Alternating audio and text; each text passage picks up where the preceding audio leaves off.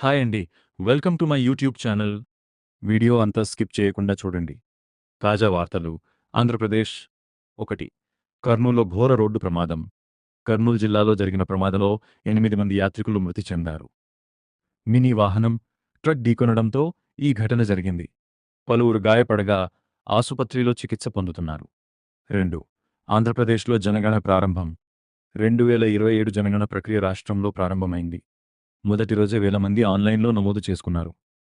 CM కూడా స్వయంగా నమోదు చేసి ప్రజలను ప్రోత్సహించారు. 3. రాష్ట్ర ఆర్థిక లక్ష్యం 15% వృద్ధి. సీఎం 15% జీఎస్డీపీ గ్రోత్ లక్ష్యం పెట్టారు. పెట్టుబడులు, ఇన్ఫ్రాస్ట్రక్చర్ ప్రాజెక్టులపై దృష్టి పెడుతున్నారు. 4.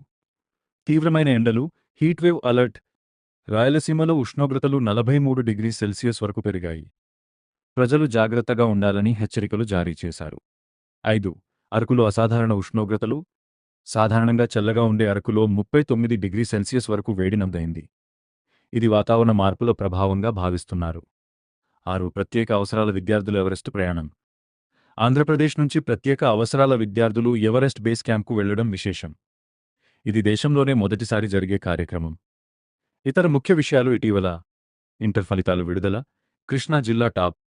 అమరావతి రాష్ట్ర రాజధానిగా అధికారిక గుర్తింపు పొందింది. Thanks for watching.